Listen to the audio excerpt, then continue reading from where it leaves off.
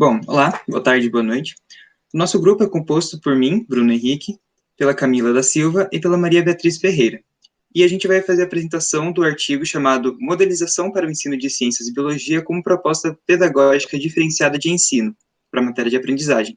O artigo foi escrito por Matos B.C. Heral. Pode passar. Bom, eu sou a Beatriz e eu vou falar um pouco dos principais pontos para vocês. A gente escolheu um artigo que é baseado na teoria pedagógica do construtivismo, que é uma das linhas pedagógicas mais transmitidas no Brasil. No entanto, para que ela seja aplicada, é preciso que os professores e os gestores estejam sempre alinhados com os princípios para conseguir inserir com sucesso nas escolas.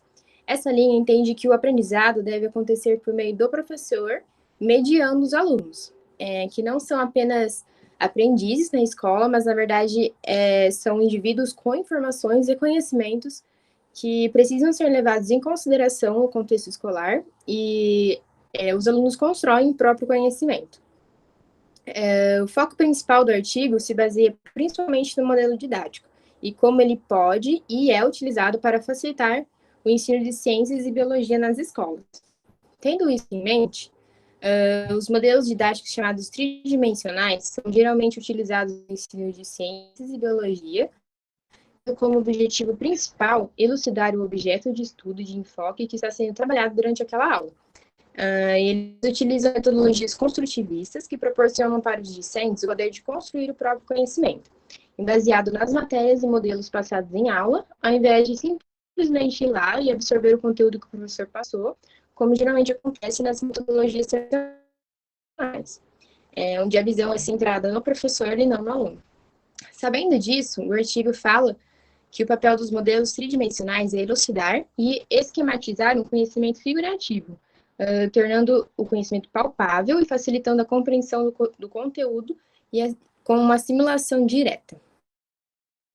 Seguindo a ideia de outros autores, o artigo ainda diz que, além de elucidar e facilitar a compreensão dos conteúdos, um bom modelo didático tem que ser capaz de proporcionar e possibilitar previsões avançadas do que ocorre com o conceito que está sendo de analogias à realidade, permitindo que os alunos construam sua própria educação científica a partir da resolução de problemas exemplificados com os modelos. Os modelos, no entanto, não são e não eram fixos, eles estão sempre se moldando de acordo com novas representações, conhecimentos e estruturas que são descobertas o tempo todo. Eles se adaptam para uma melhor representação de como as coisas estão funcionando atualmente, principalmente nos âmbitos da ciência, mas como no geral. O artigo, inclusive, cita como exemplo os modelos didáticos que eram feitos sobre os átomos no início da sua descoberta, onde esses modelos estavam se moldando o tempo todo para entender as novas demandas do conhecimento. Bom, agora eu vou falar um pouco sobre os outros pontos do artigo.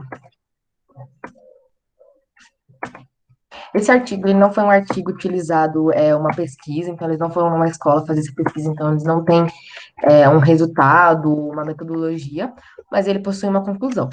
Bom, apesar dos modelos eles serem muito úteis para a construção do conhecimento por parte dos alunos, algumas coisas elas vão precisar ser levadas em consideração durante essa utilização. O artigo, por exemplo, fala que o modelo utilizado para construir esse conhecimento, ele não pode ser muito complexo, a ponto de dificultar a compreensão desse aluno, que na verdade seria totalmente o oposto do que esse modelo tem função, né? Porque se o modelo ele for muito complexo, a ponto do aluno não conseguir realmente entender o que está acontecendo, tentar resolver aquela problemática, só vai fazer com que o aluno se estimule a tentar aprender aquilo.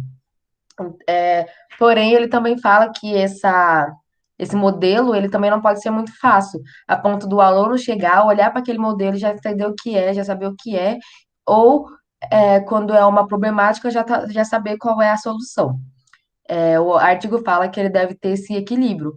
Ele deve auxiliar na construção do conhecimento do aluno, mas também o instigar a pensar mais, a entender como funciona e a tentar resolver aquela problemática.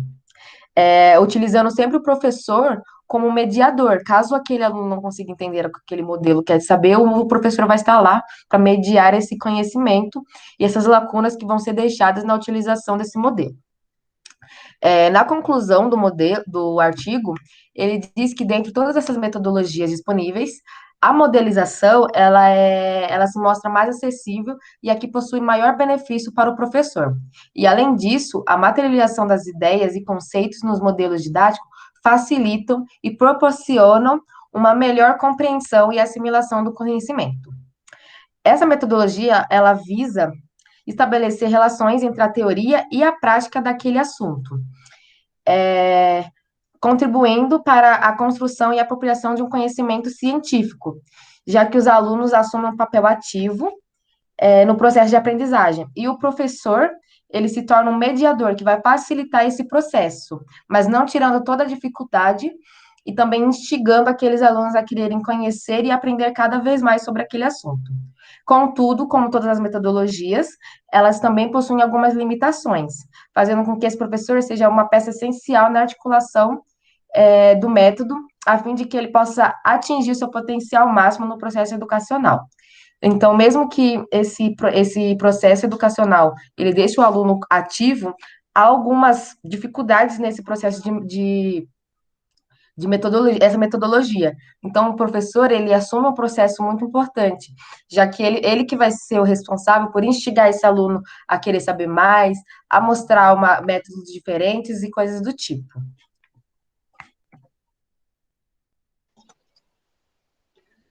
Bom, e como reflexão, nós temos que, como os materiais, né, os modelos didáticos utilizados por esse tipo de metodologia chamado modelização, são muito baratos para se fazer e são extremamente exemplificativos, né, bem análogos à vida real, nós temos que são ótimas metodologias, são ótimos modelos que podem ser utilizados para a construção e apropriação do conhecimento por parte dos alunos.